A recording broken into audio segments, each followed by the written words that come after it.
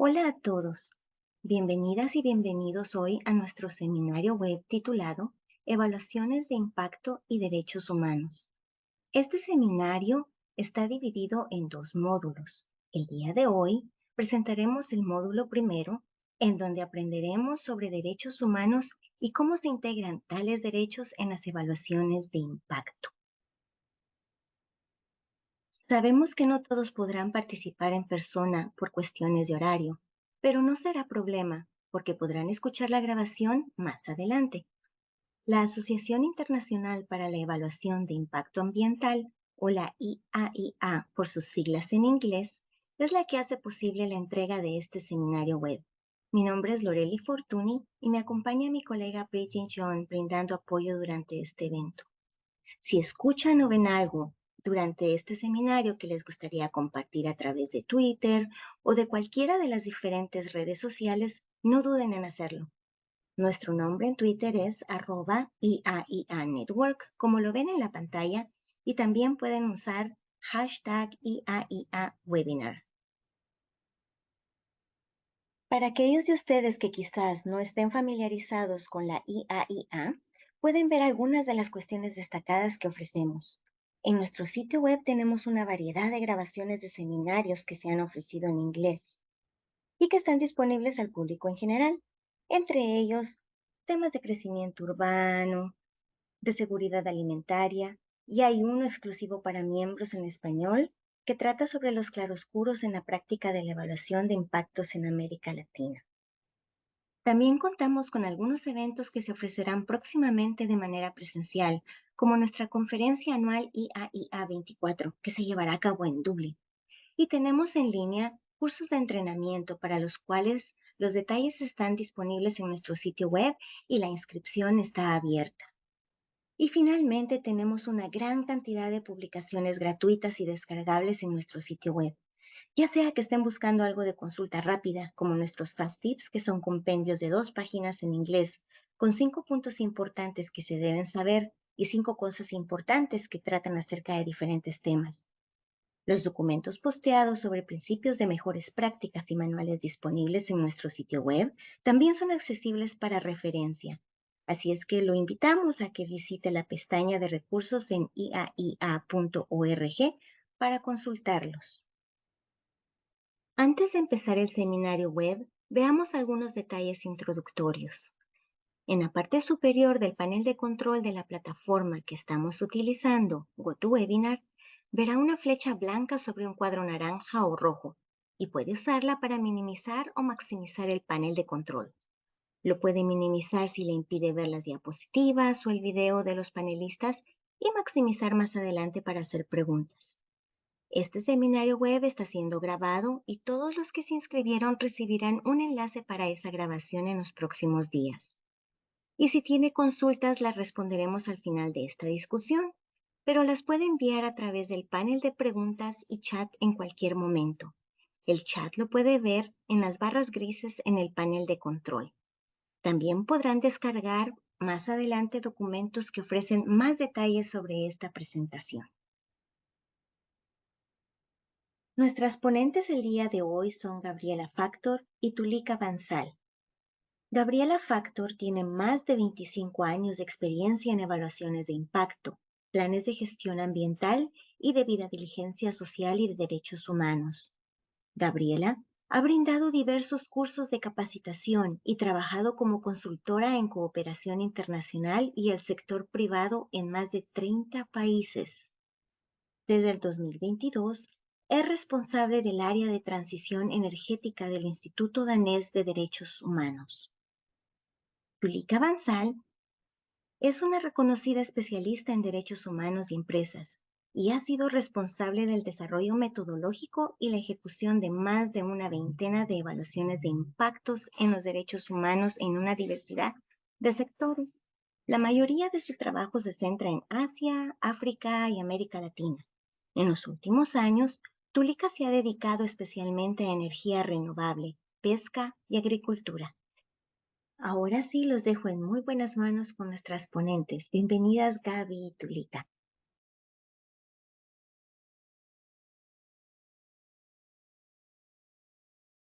Bienvenidos y bienvenidas a todos los presentes. Creo que es la mañana para la mayoría de los participantes en América Latina. Como Loreli nos dijo al principio, este webinar está dividido en dos. El día de hoy vamos a tener un panel donde vamos a escuchar sobre los principios básicos de los estudios de impacto en los derechos humanos y también las diferencias que hay entre tres de los más comunes de estos tipos, de estas maneras de integrar los derechos humanos en los estudios de impacto. Vamos a ver si tengo suerte y puedo empezar a compartir.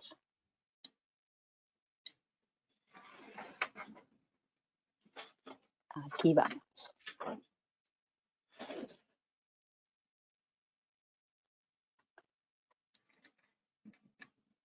Creo que para la mayoría de ustedes el término derechos humanos es familiar, sin embargo no lo es para todos. Quiero confirmar de que se ve bien la pantalla.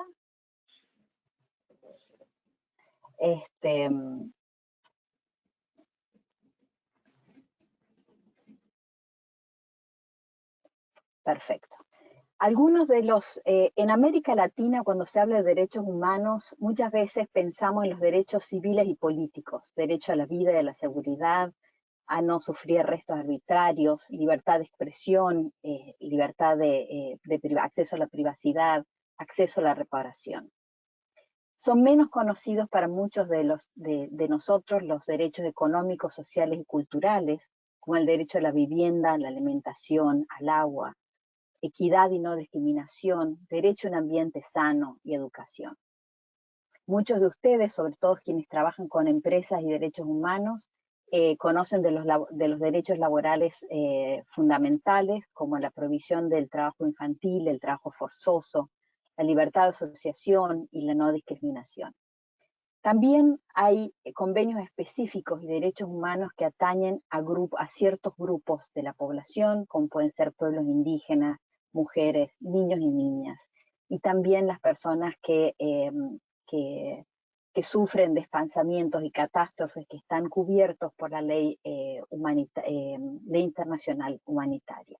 Estos son algunos de los ejemplos, pero estos son los que nosotros vemos y analizamos cuando se hacen los estudios de impacto en derechos humanos.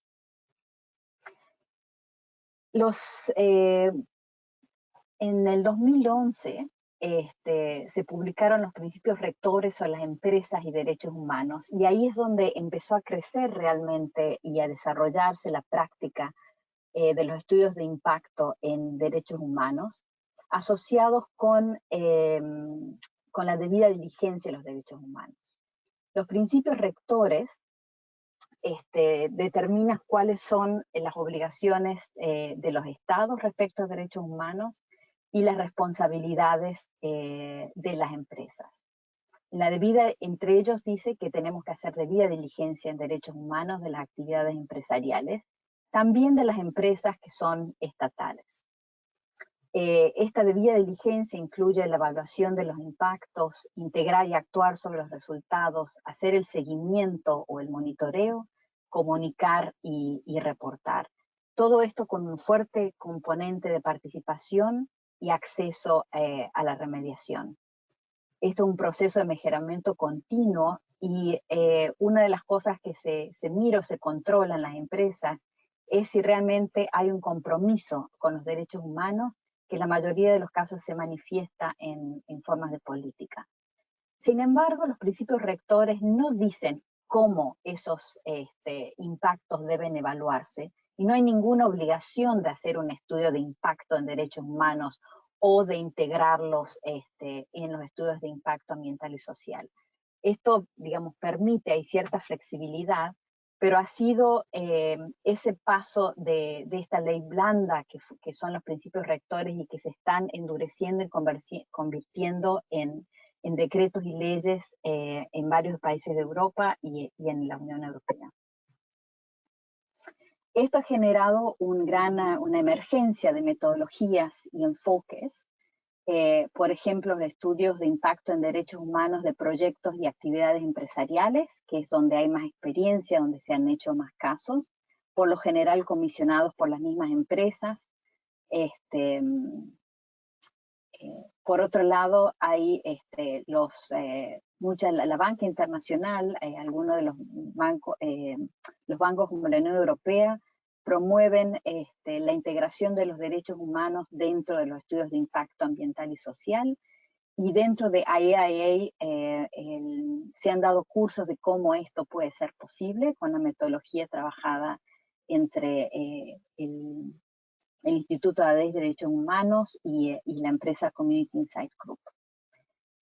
También se han desarrollado metodologías para evaluar los impactos a nivel de un sector y en un país o una región. Estos se llaman los impactos sectoriales. Y algunas ONGs como Oxfam han desarrollado metodologías donde es la comunidad la que propone, la que decide llevar a cabo un estudio en los derechos humanos de los impactos de actividades empresariales o estatales. También es muy extendido el uso de los estudios de impacto en derechos humanos de cadenas de suministros de los productos, sobre todo en el sector agrícola, pero por ejemplo en el caso de energías renovables, de también los minerales que son necesarios para la construcción de los equipos necesarios para la transformación energética. Hay evaluaciones de impactos específicos sobre derechos de los niños y las niñas, estudios de impacto en derechos humanos de acuerdos comerciales y de inversión internacional, algunas que son promovidas por las autoridades públicas, y también específicos sobre temas de salud y derechos humanos. Como Lorely nos decía en la presentación, IAEA ha desarrollado una herramienta que se llaman los Fast Tips, las recomendaciones rápidas, que son 2 páginas donde está lo básico. Este año se presentaron, se desarrollaron de manera conjunta con varios expertos de IAEA, los Fast Tips para derechos humanos, y acaban de ser traducidos al español y van a estar disponibles a partir en un par de semanas. Estos Fast Tips incluyen algunas cosas, las 5 cosas o 5 elementos que son importantes de saber cuando queremos integrar derechos humanos en los estudios de impacto. Primero, recordar que los impactos deben ser evaluados desde el punto de vista de riesgo para las personas y no de riesgo para las empresas. Otro punto fundamental es que no hay un offset, como hay, por ejemplo, en temas de medio ambiente con emisiones de carbono o con biodiversidad, que pueden compensarse árboles que se talaron por plantados en otros lados, o emisiones de dióxido de carbono por algunas que se reemplazan por ejemplo, con plantar árboles, etc. No podemos decir, bueno, los impactos a la salud de esta población son afectados, pero construimos una escuela para contribuir a los derechos de la educación o de otra manera. Si se previenen todo el resto de las herramientas que tenemos en las jerarquías de mitigación, de evitarlos, de mitigarlos, de compensarlos, sí, pero no hay una categoría de offset. Otra diferencia, o algo muy importante de saber, es que el marco de referencia en derechos humanos son los estándares internacionales de derechos humanos, más allá de lo que la legislación nacional diga en estos temas. Cuando hacemos estudios de impacto en derechos humanos, necesitamos un nivel mucho más mayor de desagregación de los datos. Por ejemplo, pueden ser sobre todo en género o por ejemplo, características étnicas, puede ser de edad, de tipo de ocupación, dentro de grupos de trabajadores, por ejemplo, distintos tipos de contratación. Porque esto nos permite entender mejor los impactos, por ejemplo, qué tipo de impactos suceden, a quiénes afectan y cómo los afectan, identificar si existen situaciones de discriminación. Por ejemplo, si un grupo en particular está siendo afectado de manera desproporcionada. En términos de los planes de manejo, todos los impactos deben ser abordados. La diferencia es la prioridad, cómo se priorizan digamos, en cómo se planifica la mitigación, y siempre el criterio fundamental es la gravedad de los impactos. Los más graves primeros, o aquellos que si nos demoramos en tomar medidas de mitigación pueden agravarse.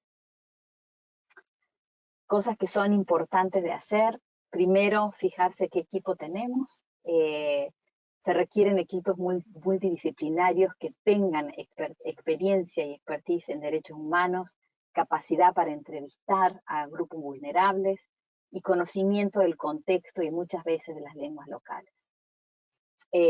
La participación, o sea, el proceso con el cual estos estudios se desarrollan también suelen ser mucho más participativos, y la consulta más extensa que lo que normalmente es un estudio de impacto ambiental y social. Y estos procesos deben reflejar las prioridades y los valores de las personas potencialmente afectadas, y para que puedan relacionarse de manera efectiva, en muchos casos es necesario un proceso de empoderación y capacitación.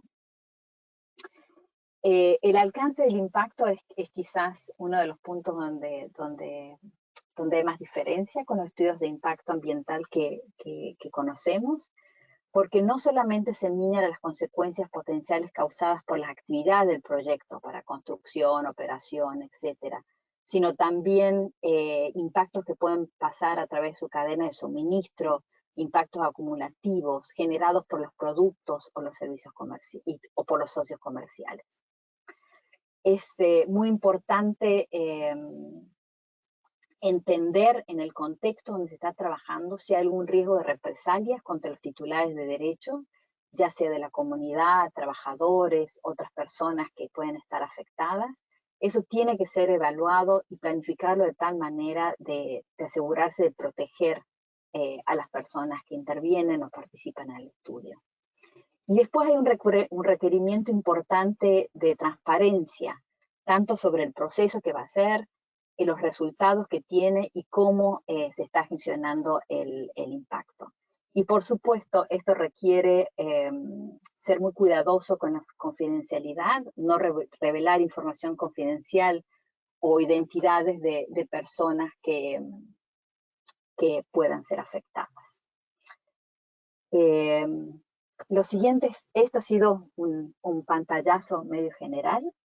Los pasos siguientes es que ahora vamos a dar la palabra a mi colega Tulika para hacer un pequeño panel entre tres colegas del Instituto Danés, y después vamos a tener 20 minutos de una sesión de preguntas y respuestas.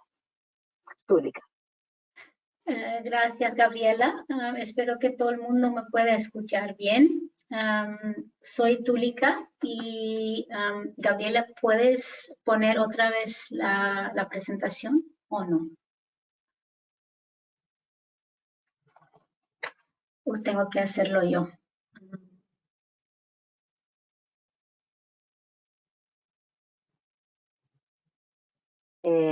No, creo que tienes que hacerlo tú, sí.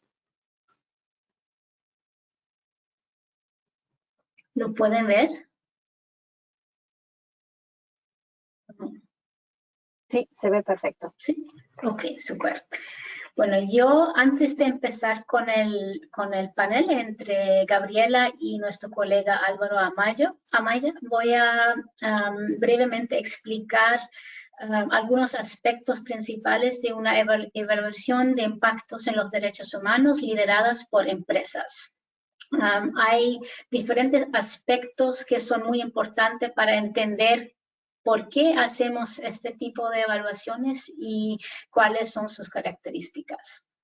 Pues, estas evaluaciones son normalmente comisionadas por una empresa y normalmente no es la empresa misma que hace la evaluación de impactos, pero es una consultoría o una organización independiente que lo hace. Hay evaluaciones de impactos en los derechos humanos en diferentes industrias, sectores empresariales. y este proceso está conectado con el proceso de debida diligencia que explicó Gabriela y con las estructuras de gestión que existen ya en la empresa. Importante es mencionar que existen dinámicas entre la casa matriz, que normalmente comisiona una evaluación de impactos en los derechos humanos, y sus sucursales en otros países. Por ejemplo, la casa matriz está en España y su sucursal está en México. Y a veces es la casa matriz que lo comisiona y el sucursal debe hacer una evaluación de impacto, y a veces eso es como un proceso top-down que no siempre el sucursal quiere hacer, pero es parte de su proceso de debida diligencia al nivel de casa matriz. También es importante mencionar que las evaluaciones de impactos en los derechos humanos tienen líneas de tiempo que varían mucho. Por ejemplo, una empresa siempre quiere hacerlo en muy poco tiempo, pero las organizaciones o las consultorías que apoyan a la empresa para hacerlo necesitan más tiempo. Como Gabriela mencionó, en evaluaciones de impactos en los derechos humanos, miramos los impactos adversos y no tanto miramos los beneficios del proyecto. Y a veces las empresas lo quieren mostrar los beneficios que tienen sus operaciones, sus actividades, pero eso no es al alcance de la evaluación de impactos. Realmente mira los impactos adversos. En este contexto también es importante mencionar que en las evaluaciones de impactos en los derechos humanos miramos los impactos en las personas y no los impactos en la empresa. Y miramos los impactos a los titulares de derechos, que son las personas que pueden reclamar sus derechos. Y al otro lado miramos el rol o los deberes de titulares de deberes, que son, por ejemplo, las empresas o también puede ser el gobierno. Ellos tienen el deber de garantizar que los derechos humanos están cumplidos. También un aspecto de evaluaciones lideradas por empresas, que es que a menudo son confidenciales.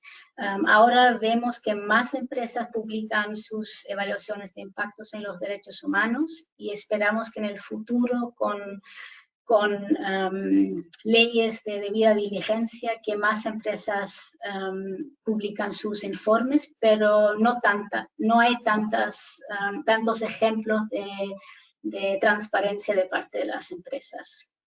Y como mencionó Gabriela y como vamos a hablar más en el panel, hay evaluaciones independientes en los derechos humanos, pero también hay muchos ejemplos donde integramos derechos humanos en otros tipos de evaluaciones de impactos.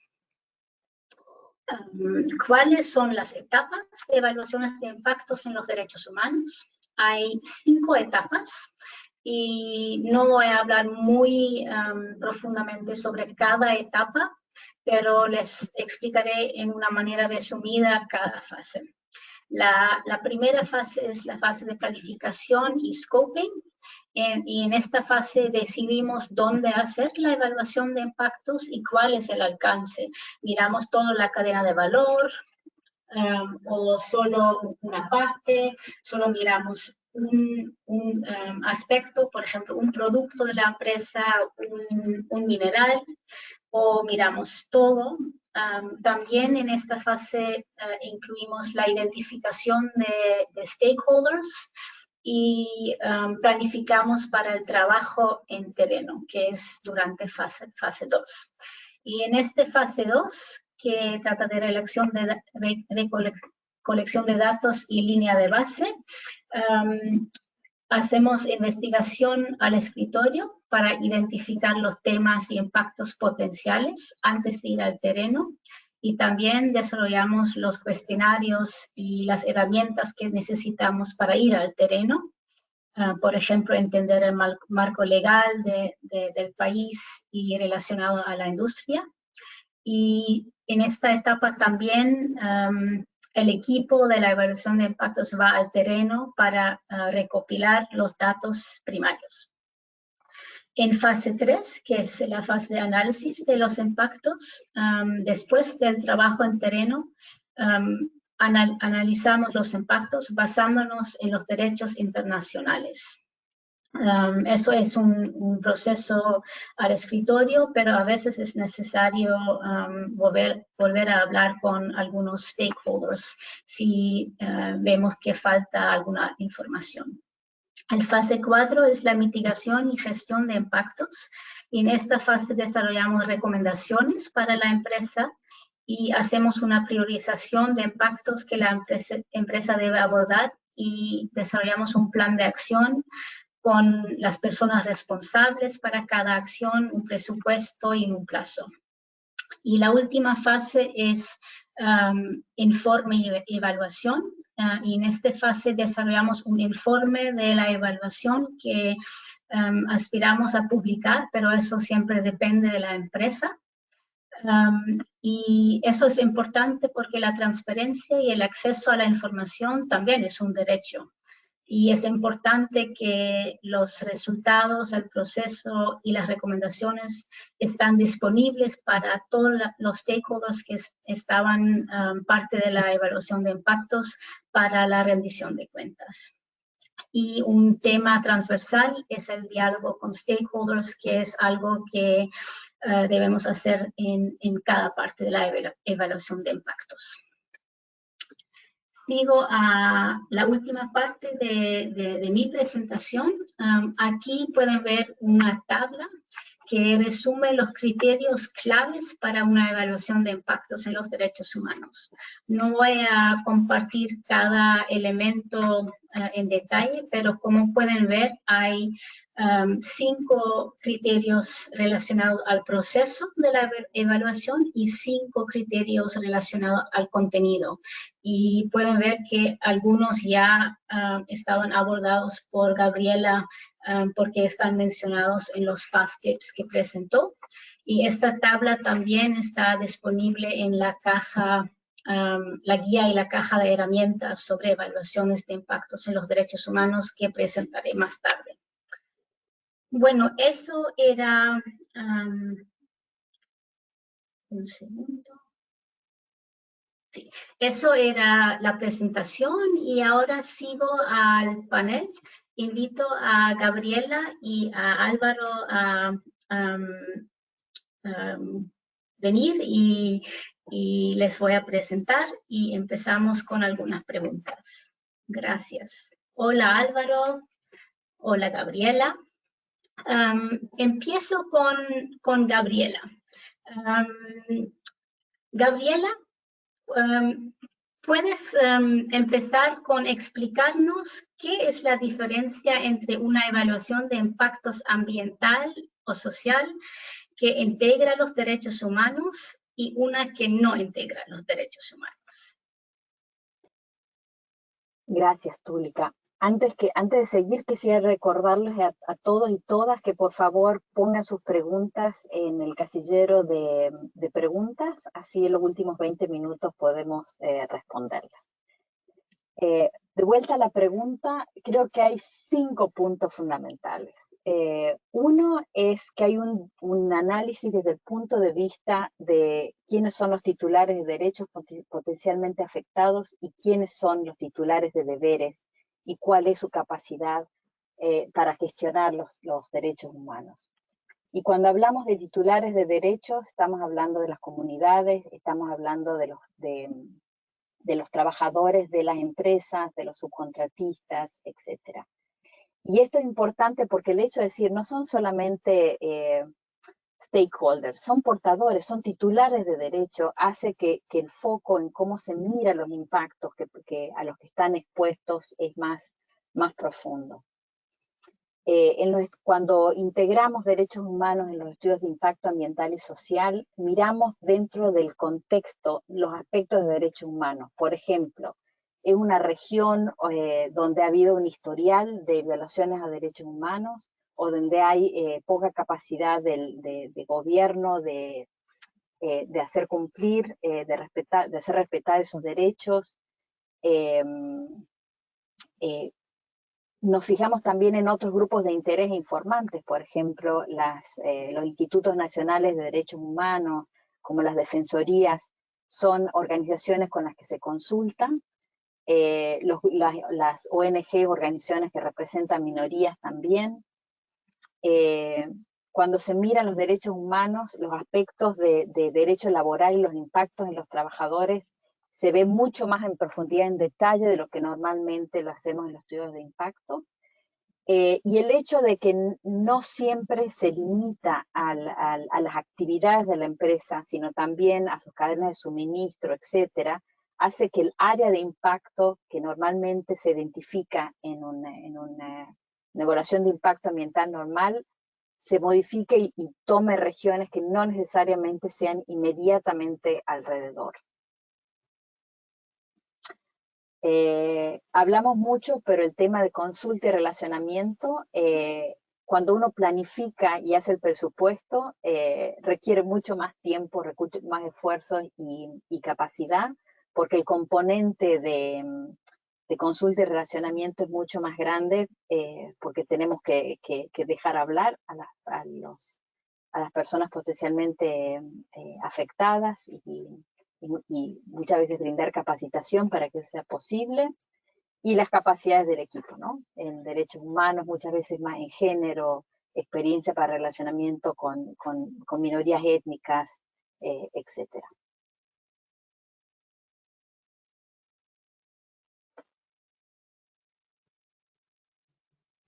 Ups, hubo un pequeño corte de luz. En Dinamarca también pasa. Después, sí, esos creo que son los puntos más importantes. Gracias, Gabriela. Tengo otra pregunta para ti. ¿Cómo se relacionan los impactos ambientales con los impactos en los derechos humanos? ¿Y cómo se mide el impacto que se ejerce en los derechos humanos cuando se autorizan proyectos con impactos ambientales? Esa creo que fue una de las preguntas que enviaron por anticipado, ¿no? Sí. Lo importante cuando miramos, incluimos la dimensión de derechos humanos en los estudios de impacto ambiental, es poner las personas. Poner las personas en el mapa y entender quiénes son las personas que disfrutan de, por ejemplo, los recursos naturales, del agua, del bosque, de la tierra. Cuáles son las personas que están potencialmente afectadas por la contaminación, etcétera, y qué capacidad tienen de, por ejemplo, acceder a servicios de salud si son afectadas por ejemplo, de la contaminación. Entonces, para los que están presentes, que trabajan, por ejemplo, con servicios ecosistémicos, identificamos cuáles son los distintos grupos de las personas, pueden ser hombres, mujeres, pueblos indígenas, no, etcétera, y cuáles son los servicios ecosistémicos que usan esas personas. Y empezamos desde las personas y no desde el servicio ecosistémico. Entonces, mi recomendación principal es poner las personas en el mapa, y pensar de cuál es la persona que está más débil respecto a esa situación. Para darles un ejemplo, en un proyecto minero, por un lado se investigaba la calidad de suelos, por otro lado la calidad de aire, etcétera, pero se dio el caso que, por ejemplo, las personas que estaban tanto en la mina como fuera de la mina, o jubilados, expuestos a contaminación, estaban triplemente expuestos a contaminación, y eso agravado por las condiciones de salud de haber trabajado toda su vida en la mina. Entonces, al poner la persona al medio y contar desde el punto de vista de las personas cómo se acumulan los impactos, nos da una interpretación del impacto diferente. Muchas gracias, Gabriela. Ahora sigo a ti, Álvaro. No te hemos presentado y quería preguntarte si tú puedes presentarte a todos los y las participantes, y después te voy a preguntar dos cosas. Sí, Túlica, muchísimas gracias. Un saludo a todas las personas presentes. Mi nombre es Álvaro Amaya. Actualmente me desempeño como parte de la oficina regional para América Latina y el Caribe del Instituto Danés de Derechos Humanos. Estamos ubicados en Bogotá, Colombia, y cubrimos desde allí toda la región de América Latina. Muchas gracias, Álvaro. Mi primera pregunta para ti es lo siguiente. Recién has llevado a cabo una evaluación de impactos en los derechos humanos a nivel sectorial junto con la Comisión Nacional de Derechos Humanos de Honduras. ¿Nos puedes explicar qué es una evaluación de impactos en los derechos humanos a nivel sectorial? Por supuesto. Pues la evaluación de impacto sectorial tiene un ejercicio similar a la evaluación de impactos que hace una empresa. La diferencia principal es que no se realiza específicamente por la actividad de una empresa, sino por un sector económico en particular, en un espacio geográfico en particular. De esta manera se analizan los impactos potenciales o reales que pueden existir en el actuar de un sector económico en general en relación con los derechos humanos. Adicionalmente, la evaluación de impacto sectorial tiene en cuenta unos aspectos adicionales, como son, por ejemplo, los llamados impactos acumulativos, que tienen que ver precisamente con cómo precisamente la suma de acciones, no de una compañía en particular, sino del sector en general, puede llegar a generar impactos concretos, y adicionalmente pues también el ejercicio de la actividad sectorial a lo largo del tiempo, como suman a los impactos en esos periodos de tiempo. Muchas gracias, Álvaro. Y otra pregunta para ti. Mirando a la evaluación de impactos que hiciste hace poco, ¿cuáles son las ventajas y los desafíos de una evaluación de impactos a nivel sectorial? Por supuesto. Solo por contexto, tuvimos oportunidad de acompañar al Comisionado Nacional de Derechos Humanos de Honduras en la evaluación de impacto sectorial de la industria de pesca por buceo en el Caribe hondureño, industria que se centra principalmente en la pesca de langosta y caracol. Allí, precisamente aplicando de la mano del CONADE la metodología, encontramos diversos desafíos y fortalezas. Quisiera empezar primero por las fortalezas y luego pasar a los desafíos. En primer lugar, como fortaleza tenemos que el estudio de impacto sectorial activa conversaciones entre los actores, a diferencia de un estudio de impacto individual de una empresa. Es decir, con un estudio de impacto sectorial no solo se llega a un análisis conceptual, sino también a un diálogo entre los actores, tanto empresariales como estatales, como organizaciones de sociedad civil y titulares de derechos. Así pues que la implementación de esta metodología dinamiza esa conversación y fortalece o incluso inicia esa conversación en algunas industrias donde no existe, entre los diferentes actores, con el fin de encontrar soluciones de manera conjunta y de carácter multiactor. Como segundo elemento de fortaleza es que precisamente invita a todo el sector a nivelar los niveles de respeto a los derechos humanos. Es decir, encontramos que en los diferentes sectores puede haber algunos actores o empresarios que tienen algún conocimiento más desarrollado, algunas acciones ya adoptadas, otros que se encuentran un poco más rezagados, en fin. Y esto hace también que el estudio de impacto sectorial que los actores puedan tener una línea común en donde empezar a trabajar y avanzar allí. Así que quienes ya tienen un trabajo más adelantado pueden continuar con ello, quienes están más rezagados pueden precisamente adelantarse hasta allí y adelantar con base en el estudio de impacto sectorial ya precisamente en concreto los elementos de su debida diligencia. Ahora bien, en cuanto a los desafíos, también compartirles dos en particular. El primero tiene que ver precisamente con el alcance del estudio. Al intentar hacer un estudio de impacto sectorial, las industrias pueden ser muy complejas, puede llegarse a extender por territorios muy amplios dependiendo del sector. En el sector de pesca, donde hemos hecho los más recientes en América Latina, pues se encuentran relativamente localizados, pero si habláramos, por ejemplo, del sector minero, pues puede cubrir extensiones de un país, distintos contextos sociales y demás, así que analizar precisamente en estas dimensiones un sector pues resulta muy retador. Y lo segundo tiene que ver precisamente con los contextos sociales. y precisamente porque el desarrollo de las industrias no se presenta necesariamente en los mismos contextos sociales. Y es muy importante poder tener en cuenta esos contextos sociales. La actividad empresarial, el análisis de impacto, el goce de los derechos humanos no se presenta en el vacío, se presenta en determinados contextos donde no solo lo cultural, sino lo social, lo económico, los elementos inclusive climáticos resultan relevantes para poder entender cómo se presenta este goce de derechos y por lo tanto cómo una empresa podría impactar o no ese goce de derechos. Así que como retos dejaría precisamente la potencial extensión geográfica y naturalmente estos elementos de carácter contextual que son fundamentales para entender y desarrollar un estudio de impacto sectorial. Muchas gracias, Álvaro. La semana que viene vamos a escuchar algunas presentaciones, incluso una presentación sobre una evaluación de impactos a nivel sectorial en Chile. Y también podemos compartir en el chat el link, el enlace a la evaluación de impactos a nivel sectorial, lo que hicimos en Honduras en la industria de pesca por buceo. Antes de abrir la Q&A, Questions and Answers, queremos mostrar dos cosas.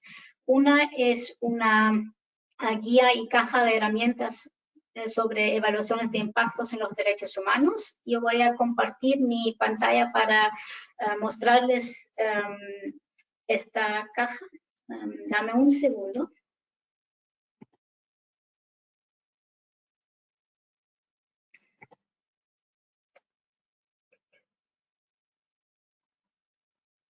Si quieres, Tulica, voy yo presentando el manual, así tranquila, proyectas la caja.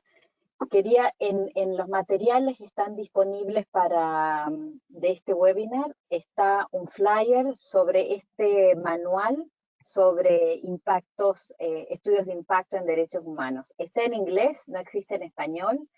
Este manual fue publicado, editado por nuestra colega Nora Gottsman y publicado en el 2020. Son 25 capítulos que presentan básicamente todo lo que se sabe en términos de metodologías y experiencias de los estudios de impacto en los derechos humanos. Tiene capítulos dedicados a grupos de titulares de derechos específicos, experiencias de diferentes sectores y tipos de industrias, y también cuáles son las perspectivas y los avances, entre ellos qué aprenden los derechos humanos de otros tipos de estudios de impacto, como por ejemplo de la salud, de medio ambiente, etc. Para aquellos de ustedes que quieran perfeccionarse y saber más, esta es una muy buena bibliografía y muy actualizada. Toda la información sobre dónde adquirirlo está en un flyer que está incluido en el material que se puede bajar. Gracias, Gabriela. Creo que ahora pueden ver la página web, ¿no? Sí, bueno, esta es la página web de la Guía de Evaluación de Impactos en los Derechos Humanos y Caja de Herramientas. Está disponible en la página web del Instituto Danés de Derechos Humanos y es una guía y caja online con videos que explican las diferentes etapas de una evaluación de impactos en los derechos humanos. Hay diferentes temas, las diferentes fases, también temas cross-cutting, transversales, y también hay varios recursos. Fue elaborado por el Instituto Danés, pero en conjunto con muchos y muchas expertas en diferentes áreas de evaluación de impactos, y creo que puede ser una herramienta muy útil para las personas que tienen interés en este tema de evaluaciones de impactos en los derechos humanos o la integración de derechos humanos en otros tipos de evaluaciones de impactos. Y creo que hemos compartido el link, pero si no, lo hacemos ahora o lo preguntamos a AIA que lo comparten con ustedes. Y la versión en PDF de las instrucciones sobre cómo hacer el estudio de impacto sectorial y la versión en español se la pueden bajar a todos los que están registrados están disponibles para todas las personas registradas.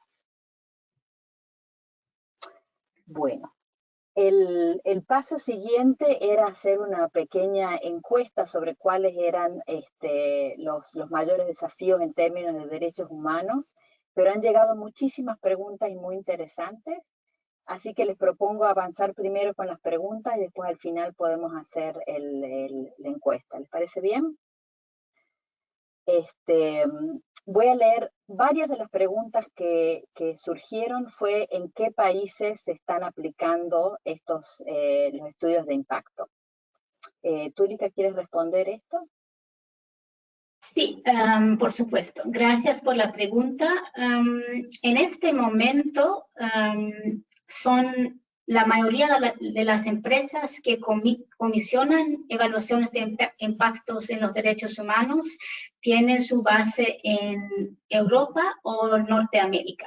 Pero las evaluaciones de impacto mismas lo llevamos a cabo en todas partes del mundo, en sus sucursales en Latinoamérica, en África, en Asia, en el Pacífico, etcétera. Pues no hay una región donde hacen más evaluaciones de impactos en los derechos humanos que otros, pero la tendencia es que las empresas son más las empresas del norte que del sur.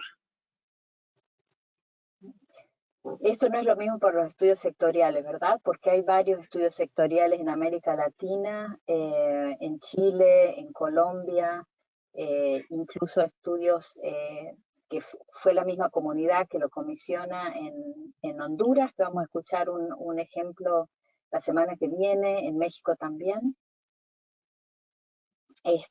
Y la pregunta también era ¿desde cuándo se hacen? Y yo creo que el primero fue en el 2013, ¿no? 13, 14, en Guatemala. Sí, pero creo que era antes. Eso era, creo que era como 2009, 2010. Sí. Era una evaluación de impactos en los derechos humanos de una mina de oro en Guatemala. Y eso era antes de los principios rectores sobre empresas y los derechos humanos. Hay una pregunta que dice, ¿cómo se aborda la buena fe en las partes durante un estudio? Puede haber mala fe por parte de los representantes de comunidades, pero también por la parte mandante del estudio. ¿Quién se anima a contestar esta? ¿O voy yo?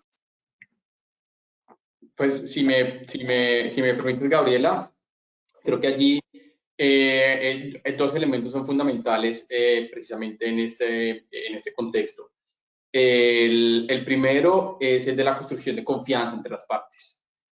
Usualmente los actores pues no se conocen, realmente en unas comunidades que se encuentran viviendo en un lugar y llega un actor externo que es la empresa. Muchas veces también llega un actor externo que es el Estado, porque en muchos de estos proyectos el Estado no tiene presencia en la región y por lo tanto naturalmente hay una desconfianza propia de que no se conocen.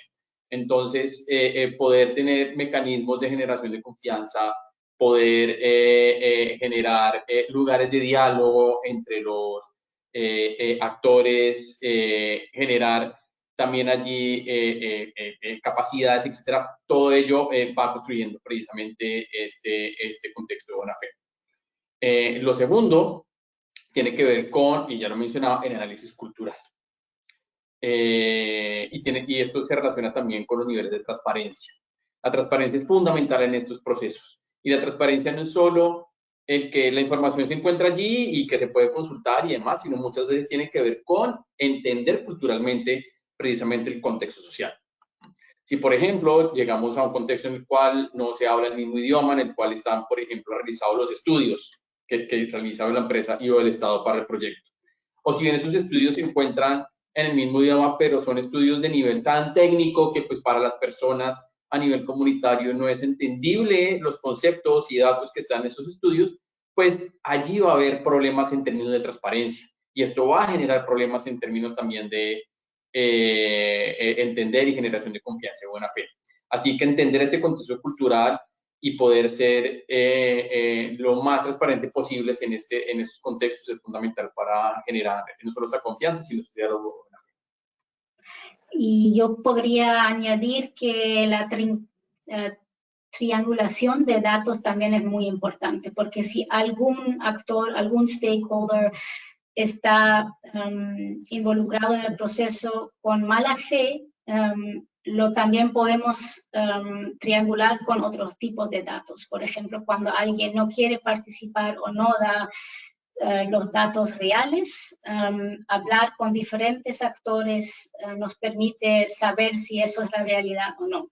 Por ejemplo, a veces si hablas con un gerente en una empresa, puede ser que no quieren compartir los desafíos o lo que está sucediendo en realidad en la empresa, pero si hablamos con el sindicato o con los trabajadores o con una organización que trabaja en los derechos laborales fuera de la empresa, entendemos que la situación real es distinta y así también sabemos que alguien está hablando en buena fe o no. Muchísimas gracias a ambos. Hay un par de preguntas que están relacionadas sobre experiencias o reflexiones sobre los impactos inducidos de los proyectos y cómo se evalúan los riesgos contextuales respecto a los derechos humanos. Acá la pregunta es cuál es el umbral de responsabilidad del proyecto del sector respecto a la mitigación y protección de los derechos humanos en contextos donde ya hay conflicto o abusos a los derechos. ¿Alguien se anima a la primera? Yo lo que puedo compartir de mi experiencia personal es que una de las diferencias que me olvidé de nombrar cuando Tulica me hizo la pregunta es que muchas veces los estudios de impacto ambiental y social se hacen antes de que empiecen los proyectos y la mayoría de los casos, los estudios de impacto en los derechos humanos, es cuando el proyecto ya está en funcionamiento o el producto del servicio ya existe.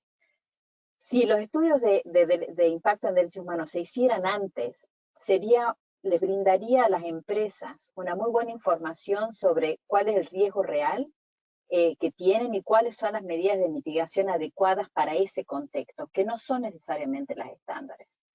Desde el punto de vista de protección de trabajadores, si están generando migración, un tipo de impacto inducido que vemos mucho es la militarización de ciertas áreas porque las empresas se instalan.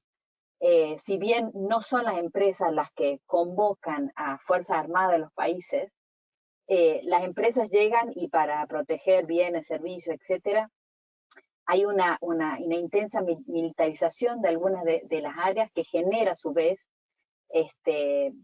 abusos de derechos humanos relacionados con temas de seguridad, violencia de género, etcétera. Así que cuando una empresa, si hace ese análisis y entiende cuál es la situación de contexto, puede tomar la mejor decisión, puedo tomar el riesgo de operar en este contexto, qué medidas debo tomar y cuáles son mis banderas rojas de que algo debo cambiar o tener en cuenta para poder operar de manera segura para sus propios trabajadores y también para las comunidades locales. También es cierto que a veces las empresas tienen poco umbral de acción. Por ejemplo, en el caso de cadena de suministro agrícola donde hay trabajo infantil, una empresa sola tiene poco margen de acción para una situación que es muy sistemática, entonces necesita aliarse con otras empresas que están en la misma zona, con organismos de gobiernos, con ONG, para hacerlo de manera conjunta y va a ser un proceso de largo plazo y no simplemente un aquí ya no compro más. ¿Algo que agregar por parte del...? Hay muchísimas muy buenas preguntas. Unos dicen que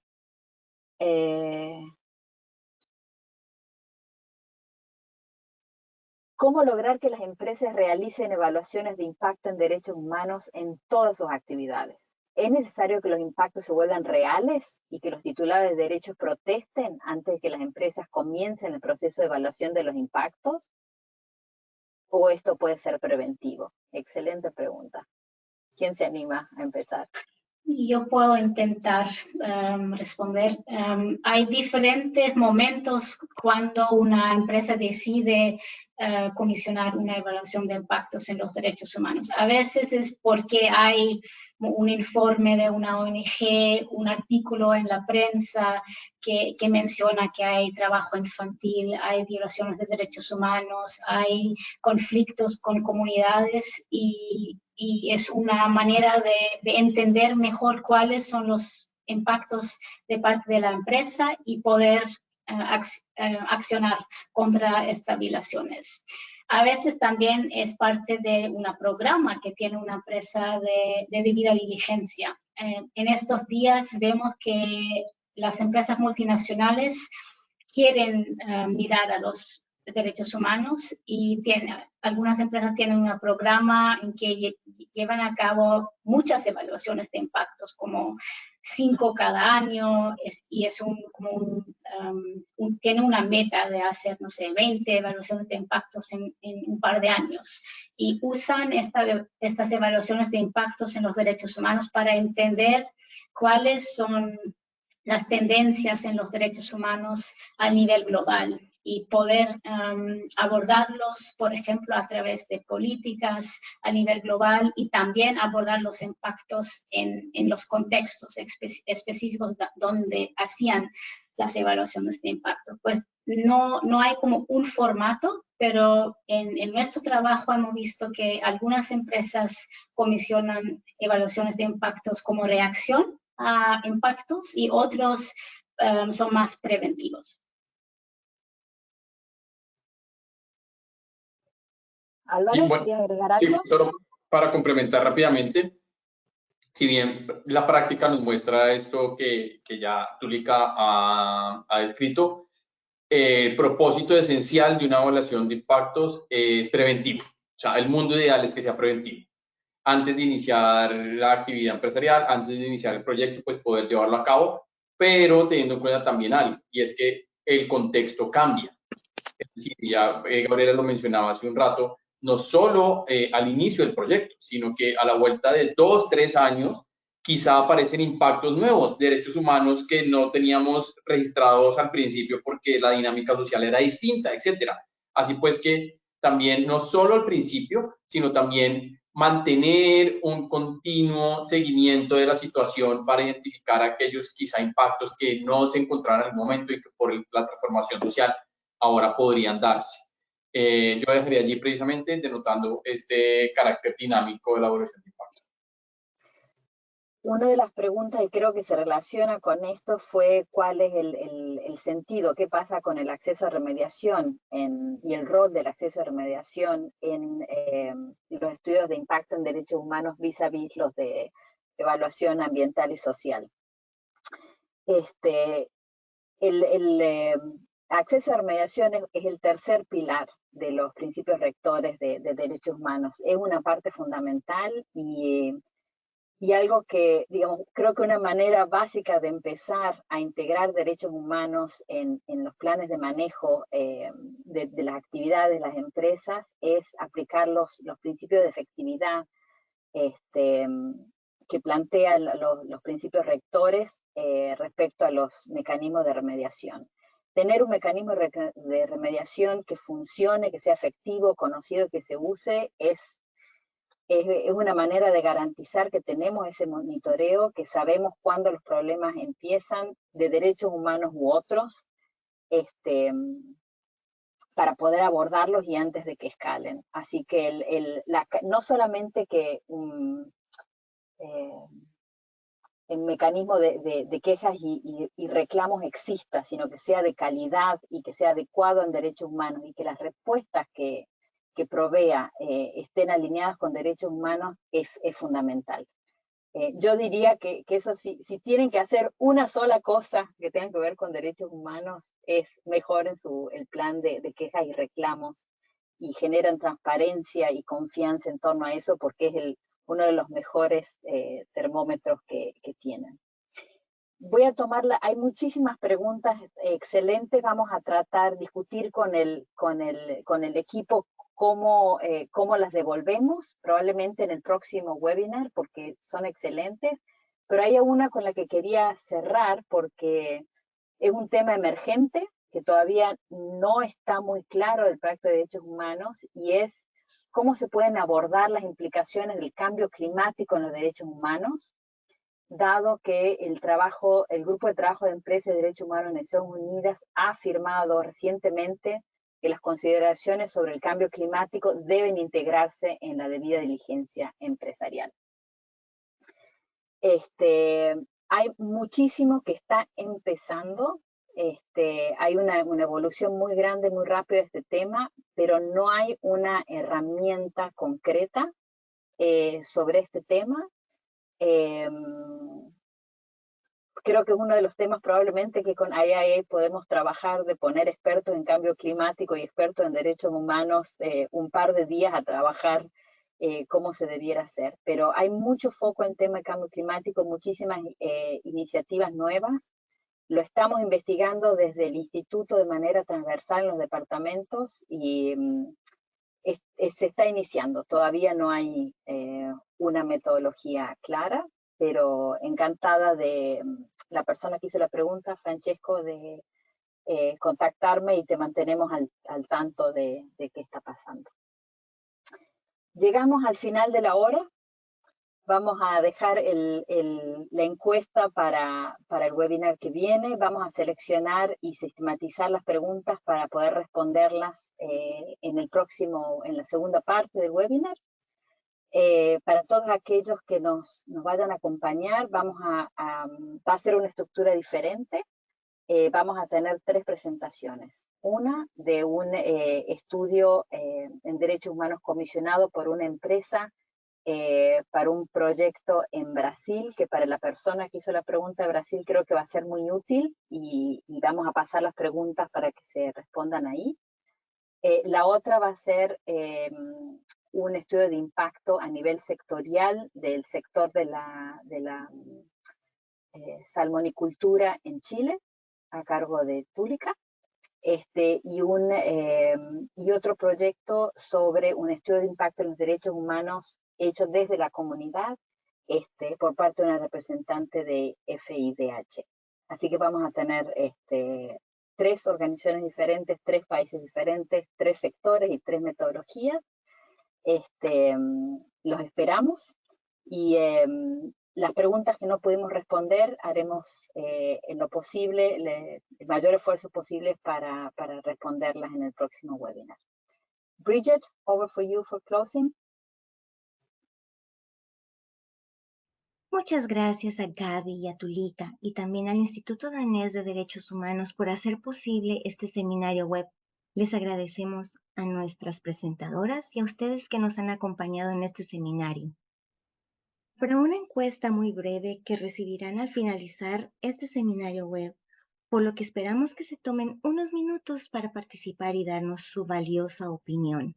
También tendrán la oportunidad de compartir ideas para futuros temas de seminarios web que les interesen y para hacer preguntas adicionales. Gracias nuevamente por habernos acompañado en este seminario y haber compartido con nosotros su valioso tiempo. Espero que nos veamos en una próxima oportunidad. Hasta luego.